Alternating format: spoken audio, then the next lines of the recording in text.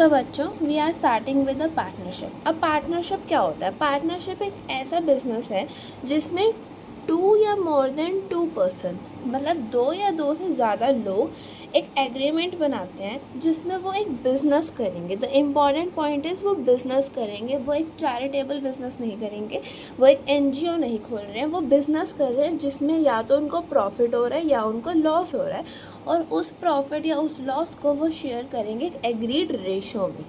ठीक है। So partnership क्या होता है? पार्टनरशिप में दो या दो से ज़्यादा लोग होते हैं। दो या दो से ज़्यादा लोग होंगे, उसमें वो एक बिज़नेस करेंगे और उस बिज़नेस से या तो उनको प्रॉफिट होगा या उनको लॉस होगा। ठीक है, ठीक है।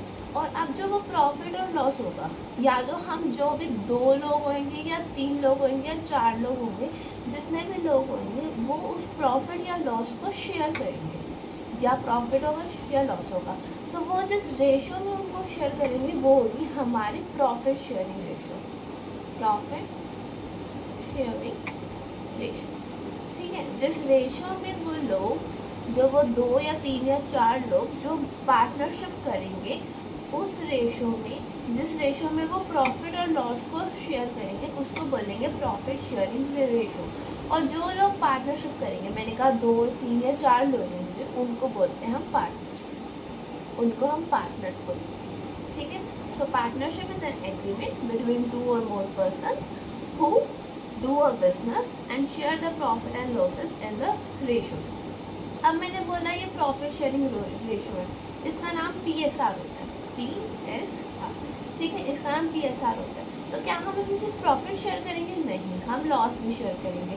और अगर क्वेश्चन में हमारे पास प्रॉफिट शेयरिंग रेशो मेंशन नहीं कर रही है तो हम मान के चलेंगे हमारे प्रॉफिट शेयरिंग रेशो के इक्वल, दैट इज 1:1।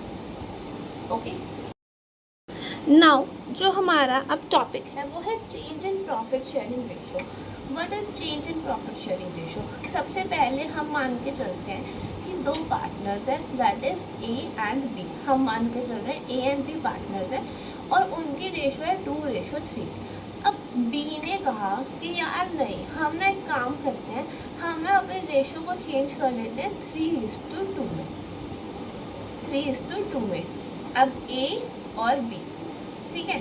पहले A:B थी 2:3, अब बन गई A:B 3:2। ठीक है। तो this is change in profit sharing ratio. उन्होंने अपनी प्रॉफिट की रेशो को चेंज कर लिया, उन्होंने अपनी प्रॉफिट की रेशो को चेंज कर लिया। अब इससे क्या होगा? अब इसका क्या मतलब है? इसका मतलब सबसे पहले यहाँ पे चलो हम मान लेते हैं ईयर 1 में और ये वाला मान लेते हैं ईयर 2 में। सो अगर मैं बोलूँ कि मेरे पास 10,000 का प्रॉफिट है, ठीक है, ईयर 1 में 10,000 का मेरा प्रॉफिट है ईयर 1 में, तो ई को कितना मिलेगा?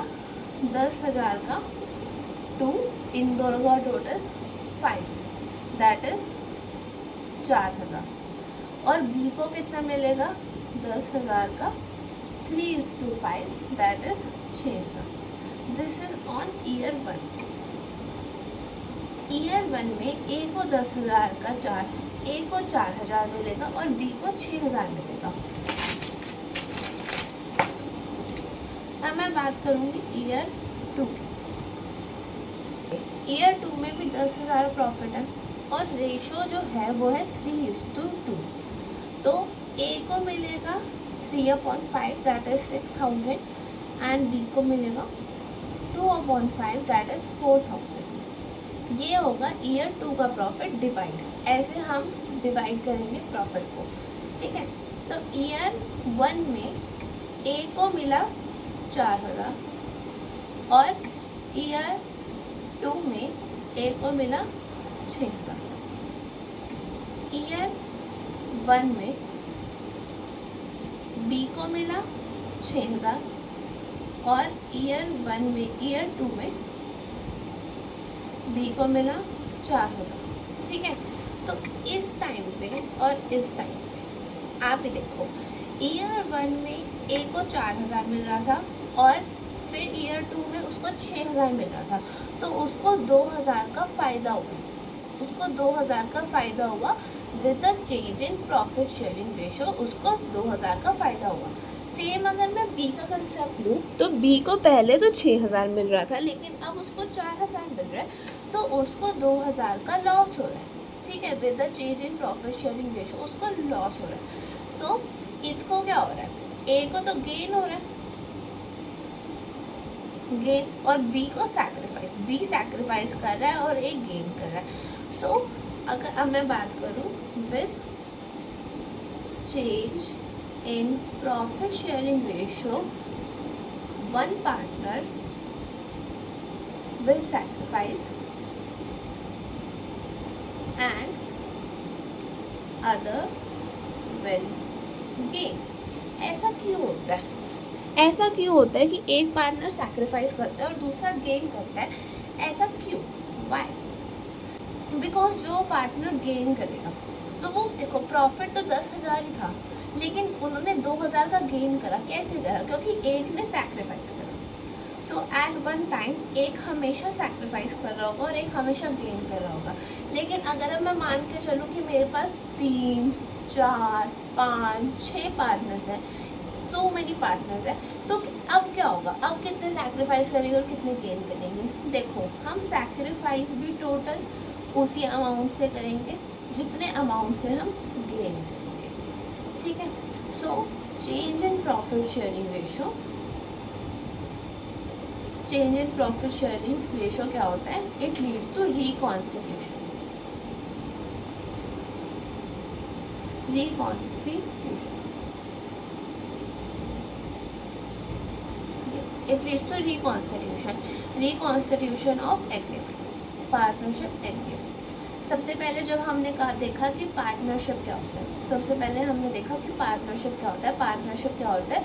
दो या दो से ज़्यादा लोगों के बीच में एक एग्रीमेंट होता है to carry on a business, और उस बिजनेस से जो भी प्रॉफिट या लॉस होगा, जो भी हमारा प्रॉफिट या लॉस होगा, हम उसको शेयर करेंगे एक रेशो के अंदर।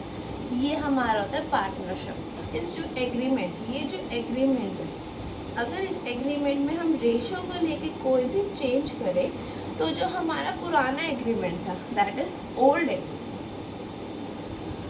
एग्रीमेंट, वो ख़त्म हो जाता है और हम एक न्यू एग्रीमेंट बनाते हैं जिसमें हम एक न्यू रेशो बनाते हैं, जिसके अंदर एक न्यू रेशो होती है। जो पहले वाली रेशो होती है उसको हम ओल्ड रेशो कहते हैं।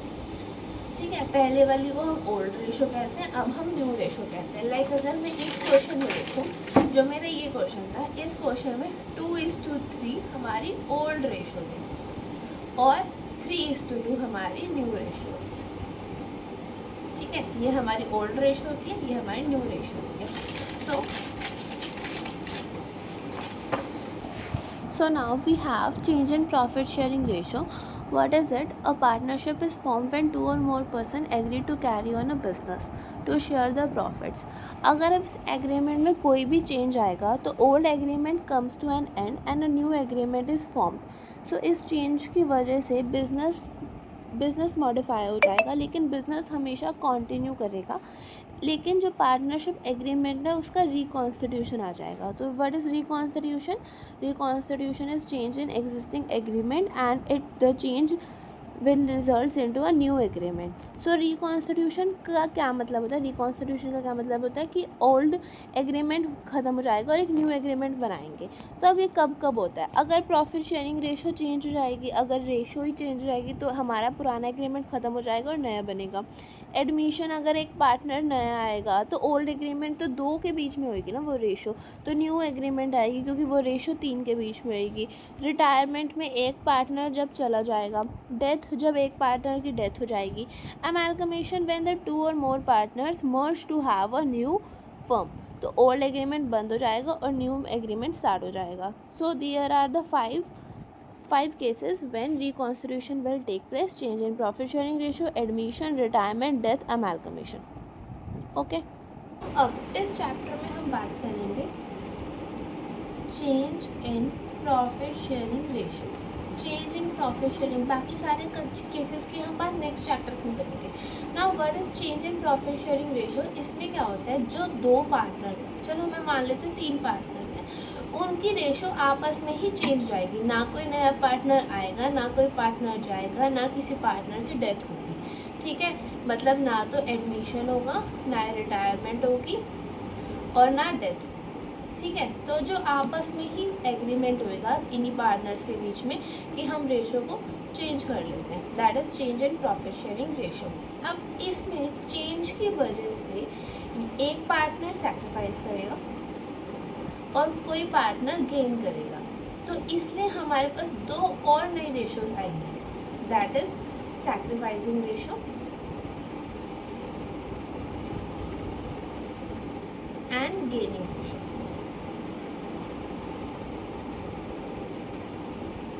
ठीक है, sacrificing ratio is the ratio जब पार्टनर सैक्रिफाइस करेंगे और गेनिंग रेशो में हम पार्टनर गेन करेंगे। इसके लिए एक फॉर्मूला होगा, सैक्रिफाइसिंग रेशो का फॉर्मूला होगा ओल्ड माइनस न्यू और गेनिंग रेशो का फॉर्मूला होगा new minus old, that is ratio. यहाँ पे एक रेशो फॉर्म होगी, यहाँ पे भी एक रेशो फॉर्म होगी, that is old minus new and new minus old, ठीक है। Now this is our illustration 1।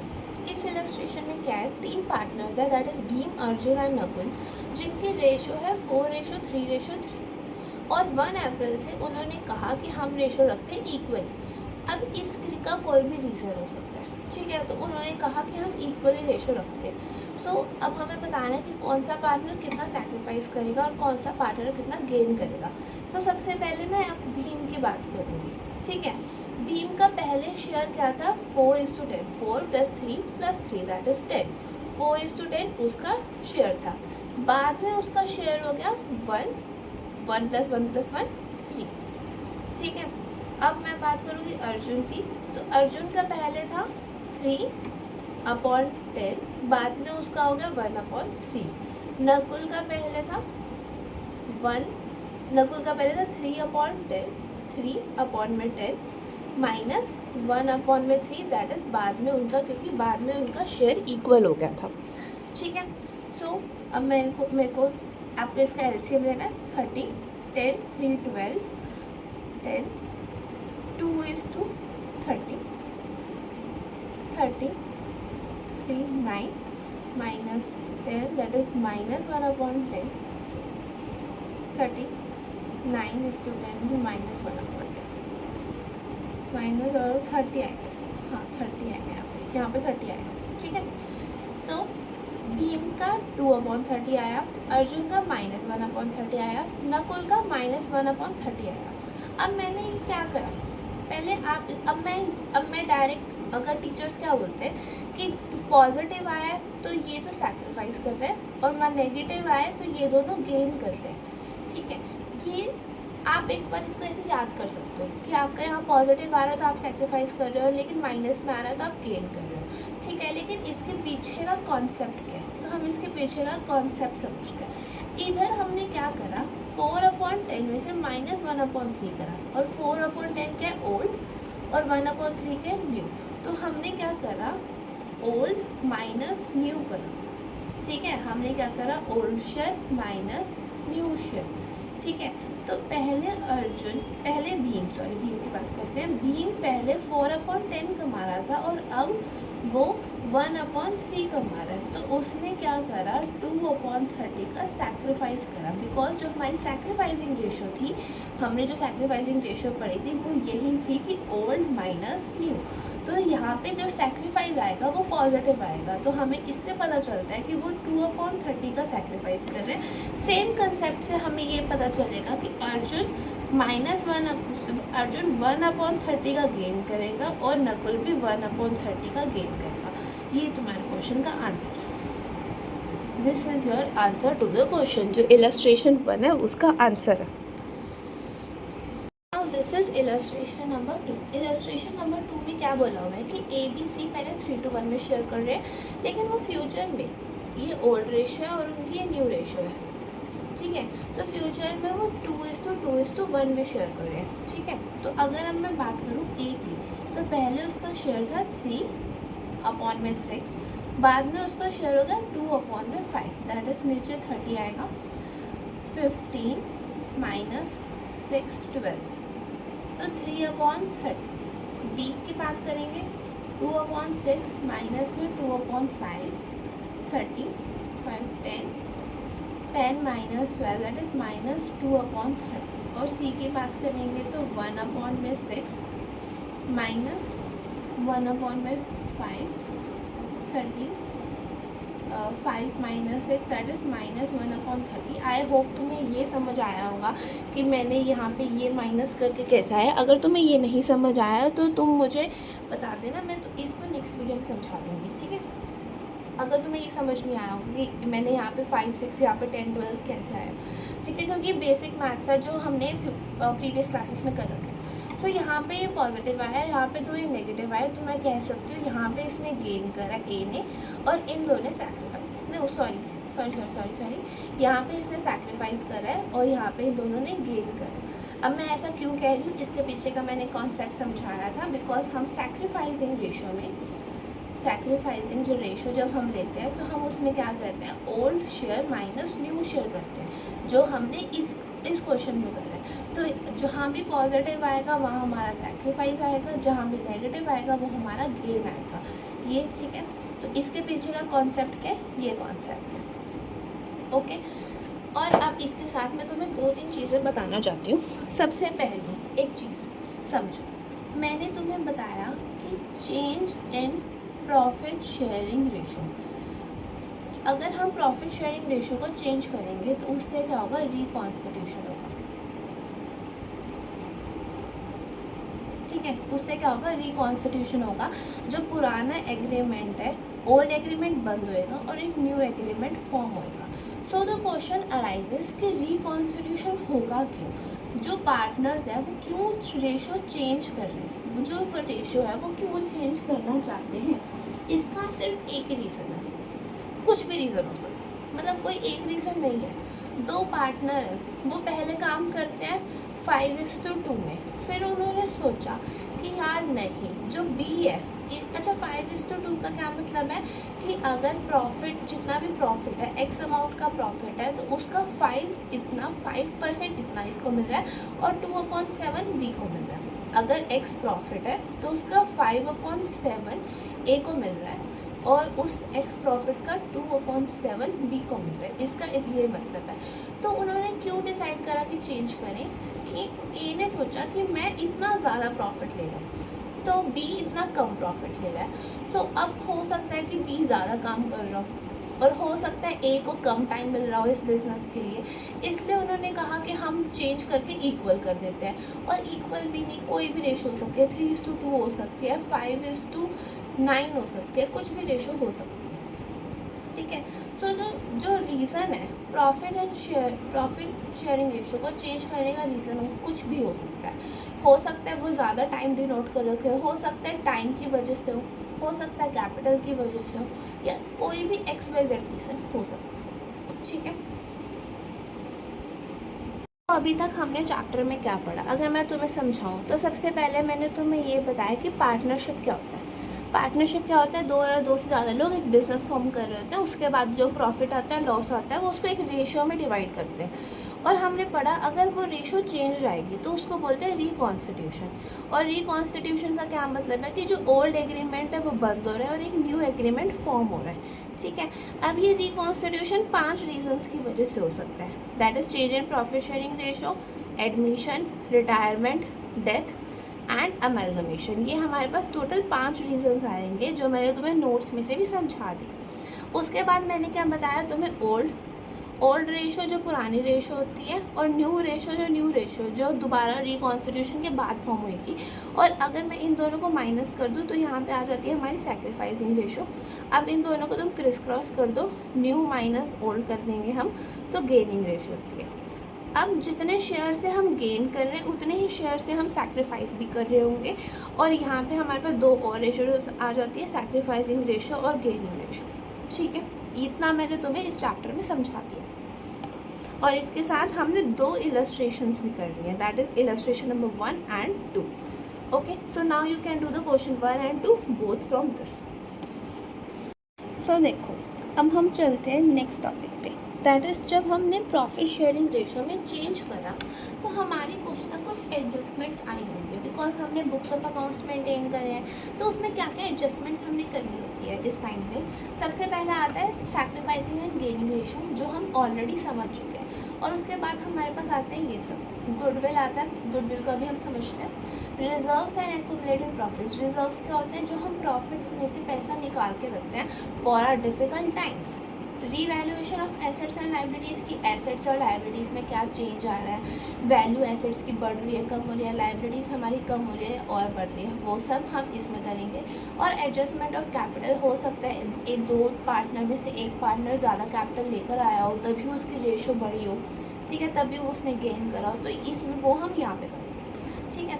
तो ये हम ऑलरेडी कर चुके हैं। बाकी अब हम ये 4 आगे की वीडियोज़ में देखेंगे। तो अब सबसे पहले हम एक चीज़ देखते हैं, दैट इज़ गुडविल। अब जो हम स्टार्ट करने वाले हैं गुडविल। गुडविल क्या होती है? गुडविल होती है रेपुटेशन। गुडविल होती है ब्रांड, गुड नेम, ठीक है। सपोज एक बिजनेस है, उस बिजनेस का नाम रख लेते हैं हम ABC लिमिटेड, ठीक है। ये एक बिजनेस है। अब ये बिजनेस 10 सालों से चल रहा है, तो उसने कुछ ना कुछ तो नाम कमाया होगा, कुछ ना कुछ तो उसकी रेपुटेशन होगी। उसी रेपुटेशन को अगर मैं बोलूँ अकाउंट्स की टर्म में बोलते हैं गुडविल।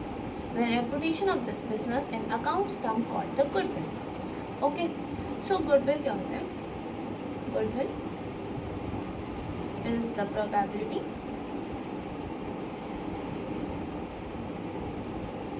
दैट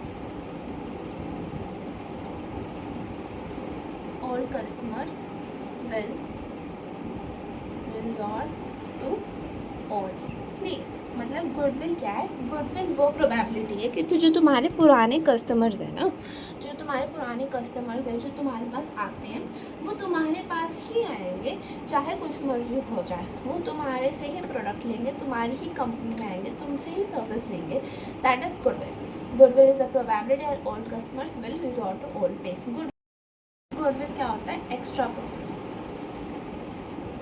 गुडविल क्या होता है? Extra profit. एक्स्ट्रा प्रॉफिट है कि जो हम नॉर्मल प्रॉफिट से ऊपर कमा रहे होते हैं बाय आर नेम। हमने अपने नाम का इतना यूज़ करा है, हमने अपना इतना नाम कमाया मार्केट में कि अब हम उसका नाम को यूज़ करके हम एक्स्ट्रा प्रॉफिट जनरेट कर रहे हैं। That is goodwill. गुडविल एक इंटेंजिबल एसेट होता है। Intangible asset. गुडविल को हम देख नहीं सकते, हम गुडविल को देख नहीं सकते, लेकिन गुडविल हमें फील होती है। हमें पता है कि हमारा प्रॉफिट 50,000 निकलना था, लेकिन हम 70,000 कमा पा रहे हैं। तो हम 70,000 कैसे कमा रहे हैं? हमने 20,000 प्रॉफिट हम एक्स्ट्रा कैसे कमा रहे हैं? By our goodwill. क्योंकि हमने इतनी गुडविल बना रखी है तो हम एक्स्ट्रा प्रॉफिट जनरेट कर सकें, ठीक है। It is an intangible asset. इस पर डेप्रिसिएशन नहीं लगता, डेप्रिसिएशन नहीं लगता। गुडविल ये नहीं है कि टाइम के साथ गुडविल कम होती है, नहीं, गुडविल टाइम के साथ कम नहीं होती है। गुडविल फ्लक्चुएट करती है।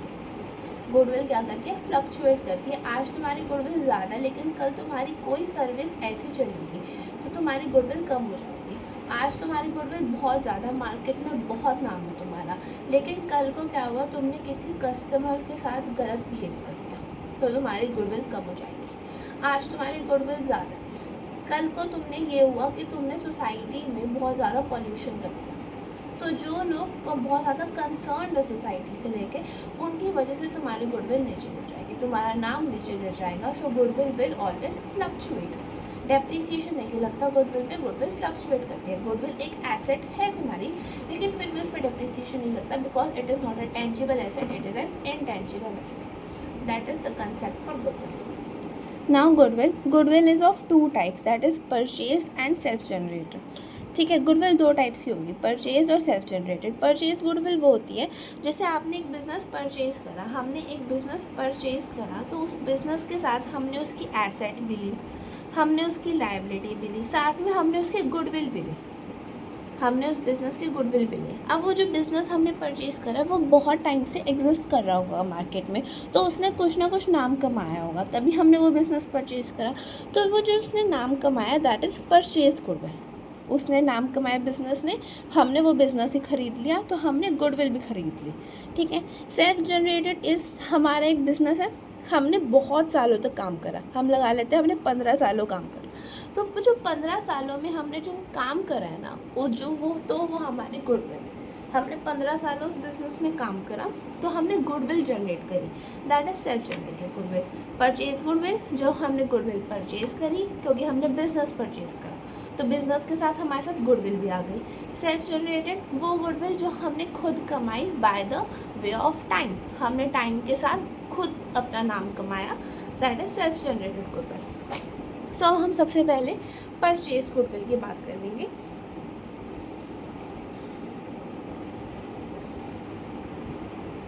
Purchase goodwill is the goodwill we purchase at the time of purchase of business. अब तुम्हारी इसका फॉर्मूला होता है एसेट्स माइनस लायबिलिटीज़, ठीक है।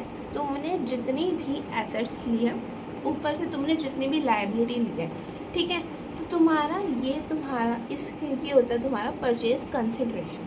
सपोज, सबसे पहले मैं तुम्हें एग्जांपल से समझाती हूँ। सपोज एक बिज़नेस था जिसका नाम है एक्स लिमिटेड, ठीक है। एक्स लिमिटेड नाम से एक बिज़नेस था। उस बिज़नेस में टोटल 70,000 की एसेट्स थी और 20,000 की लायबिलिटीज़ थी, ठीक है। और तुमने वो बिज़नेस परचेज़ करा, that is purchase consideration. What is purchase consideration? जिसने में हमने उस बिज़नेस को परचेज़ करा, हमने 60,000 में वो बिज़नेस परचेज़ करा। तो तुम एक बात देखो कि इस बिज़नेस की वैल्यू क्या है। बिज़नेस की वैल्यू क्या होती है? Asset minus liability. हमारी 70,000 एसेट्स थी, 20,000 लायबिलिटी थी, तो बिज़नेस की वैल्यू थी 50,000 की। बिज़नेस की वैल्यू 50,000 की थी, लेकिन हमने उसके लिए 60,000 पे करे, तो जो एक्स्ट्रा 10,000 हमें पे करे वो हमने गुडविल के लिए पे करा। This is purchase goodwill. जब हमने इस बिज़नेस को परचेज़ करा तो हमने एसेट माइनस लायबिलिटी करी, तो वो 50,000 की निकल रही थी, लेकिन हमने 10,000 एक्स्ट्रा पे करे किसके, कि उस बिज़नेस ने इतने टाइम तक नाम कमाया है, उसका हमें 10,000 का हमें फ्यूचर में फ़ायदा मिलेगा। आज हमने वो 10,000 पे करे, फ्यूचर में हम एक्स्ट्रा प्रॉफिट कमाएंगे बिकॉज उन्होंने ऑलरेडी इतना नाम बना रखा था, दैट इज़ परचेज गुडविल। एक इलस्ट्रेशन है, इसके बाद हम एक इलस्ट्रेशन करेंगे, दैट इज़ इलस्ट्रेशन नंबर 3। सो ये हमारी इलस्ट्रेशन नंबर 3 है। इसमें हमारे पास एसेट्स और लायबिलिटीज़ की वैल्यू दे रखी है। इसमें हमने बिज़नेस को परचेज़ कर रखा है फॉर 7,50,000 और अब हमें गुडविल की वैल्यू निकालनी है। तो सबसे पहले अब हम क्या करेंगे, हम हमारी एसेट्स और लायबिलिटीज़ की वैल्यू देखेंगे। अब इसमें क्या दे रखा है कि हमें इसमें 2 टाइप की वैल्यू दे रखी है, that is book value and agreed value. What is book value? Book value वो वैल्यू होती है जो हमने बुक्स में दिखा रखी होती है। अगर हमने इसमें तनीषा का बिज़नेस लिया, एज क्वेश्चन में रिटर्न है कि हमने तनीषा का बिज़नेस लिया, तो जो वो बुक वैल्यू है वो उसने बुक वैल्यू जैसे मशीनरी उसने 3,50,000 की बुक वैल्यू पे दिखा रखी है, बट हमने उसको परचेज़ तो 2 लाख पे करा है ना, तो हम वो देखेंगे जिस पे हमने परचेज़ करा है। तो हम एग्रीड वैल्यू लेंगे, हम बुक वैल्यू नहीं लेंगे। द रीज़न बिहाइंड इज़ क्योंकि हमने एग्रीड वैल्यू पे थिंग्स एग्री हुई हैं, हम वो उस अमाउंट पे चीज़ें ले रहे हैं, हम वो वाला अमाउंट लेंगे, ना कि जो उसने शो कर रखा है। हमें क्या लेना देना उसने अपनी बुक्स में क्या शो कर रखा है, हम वो लेंगे जो हमें चाहिए, that is we agreed. Okay, हमने क्वेश्चन में ये सब चीज़ें देखी। ठीक है, हमारी इन्वेंट्री 5 लाख की थी, मशीनरी 2 लाख की थी, डेटर्स पर प्रोविजन था, क्रेडिटर्स इतने की और आउटस्टैंडिंग एक्सपेंसिव 10,000 की। ठीक है, ये सब क्या एग्रीड वैल्यूज़ है, क्योंकि उसका रीज़न क्या है वो भी मैंने तुम्हें बता दिया। ठीक है, अब हमने क्या लेनी है एसेट्स। तो टोटल हमारी एसेट्स कितने की है, 5 + 2 9 लाख प्लस डेटर्स भी हमारी एसेट है। 1 लाख की एसेट पे 5% प्रोविजन, दैट इज़ 1 लाख का 5% दैट इज़ 5,000। तो 1 लाख में से 5,000 माइनस करें तो 95,000, तो 95,000। तो हमारे पास टोटल 9,95,000 की एसेट्स है। हमारे पास लाइबिलिटीज़ है, क्रेडिटर्स और आउटस्टैंडिंग एक्सपेंस 70 + 10 दैट इज़ 80,000 की हमारे पास लाइबिलिटीज़ हैं। तो हमारे पास नेट एसेट्स कितने के हैं, नेट एसेट्स क्या होता है, एसेट्स माइनस लाइबिलिटीज़। 9 में से माइनस करें 915 9 लाख, सॉरी 7, सॉरी यहाँ पे 5 + 2 7 लाख है। ठीक है। 7 लाख प्लस 95,000, 7,95,000 और 7,95,000 में से 80 माइनस करा तो 7,15,000। तो हमारी एसेट्स की वैल्यू है 7,15,000 और हमने 7,50,000 पे डील डन करी है। तो हमने एक्स्ट्रा पेमेंट कितने करी है? 35,000। वो हमारे गुडविल के पैसे, वो हमारे क्या आ गए? गुडविल के पैसे आ गए। ठीक है, दिस इज़, अब हमारे यहाँ से पता चल गया कि हमने गुडविल कितने की परचेज़ करी है, दैट इज़ 35,000। सो इस केस में जो हमारी परचेज गुडविल थी, जो हमारी परचेज गुडविल थी वो थी 35,000 की। ठीक है, वो कैसे निकली? परचेज कंसिडरेशन में से नेट एसेट्स माइनस करके। और हमने नेट एसेट्स कैसे निकाली? एसेट्स में से लायबिलिटीज़ माइनस करके। ठीक है, हमने एसेट्स कैसे निकाली? नेट एसेट्स कैसे निकाली? एसेट्स में से लायबिलिटीज़ माइनस करके। और परचेज गुडविल कैसे निकाली? परचेज कंसिडरेशन में से नेट एसेट्स माइनस करके। सो अब हमें इसकी जर्नल एंट्री करनी है। तो जर्नल एंट्री करने के लिए हमें पता है हमारी एसेट्स डेबिट होती हैं। So inventory debit, machinery debit, debtors debit. Debtors कितने से डेबिट होंगे? 95,000 से। और गुडविल भी डेबिट होगी। गुडविल हमारी 35,000 आई है तो गुडविल भी डेबिट होगी। तो हमारी 4 चीज़ें डेबिट में जाएंगी। क्रेडिट में जाएंगे क्रेडिटर्स और आउटस्टैंडिंग एक्सपेंसेस, और purchase consideration there is 7,50,000 to Tanisha करके जाएगा। ठीक है, ये हमारी फर्स्ट एंट्री होगी। सेकेंड एंट्री आएगी तनीषा टू बैंक, क्योंकि हमने चेक से पेमेंट करी है। This will be our question. ये हमारी इलस्ट्रेशन 3 थी। हमने इलस्ट्रेशन 3 में क्या देखी? परचेज गुडविल देखी। परचेज गुडविल में सबसे पहले हम देखते हैं net assets, that is net assets is equal to assets minus liabilities, और फिर हम उसको परचेज कंसिडरेशन में से माइनस कर देते हैं। तो परचेज गुडविल क्या होती है? जो हमने एक्स्ट्रा पैसा दिया है फॉर द बिजनेस। बिजनेस की वैल्यू क्या थी? एसेट में से लाइबिलिटी माइनस करके जो हमने एक्स्ट्रा पैसा दिया है वो हमारी है गुडविल, वो हमने गुडविल का पैसा दिया। ठीक है, तो इस वीडियो में हमने देखी हमारी परचेज गुडविल। नेक्स्ट वीडियो में हम देखेंगे सेल्फ जनरेटेड गुडविल, जिसके बहुत सारे मेथड्स हैं। So stay tuned. अब हम नेक्स्ट वीडियो में बात करते हैं। Bye bye guys.